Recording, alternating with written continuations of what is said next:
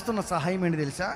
ఆశ్చర్యకరమైన ఆలోచన శక్తియు అధిక బుద్ధి అనుగ్రహించేవాడు. ఇర్మియా బాలుడు అయ్యి ఉంటే అంటాడు, నేను బాలుణ్ణి, నేను ఎలాగ చెప్పగలను, ఇంత సర్వ సమాజానికి ఇశ్రాయేలు ప్రజలకి నేను చెప్పడానికి సరిపోతానా అని అంటాడు. అని అంటే దేవుడు ఏమంటాడు?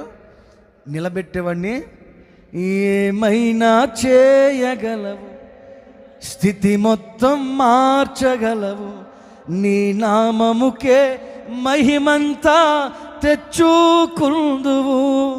స్థితిని మార్చేశాడు ఆయన. హల్లెలూయా. ఇప్పుడు శిరీష కూడా చిన్న వయసు కదా అని మనం అనుకోవాల్సిన అవసరం లేదు. కారణం ఏంటంటే ఆయన చేసే సహాయం ఏంటో తెలుసా?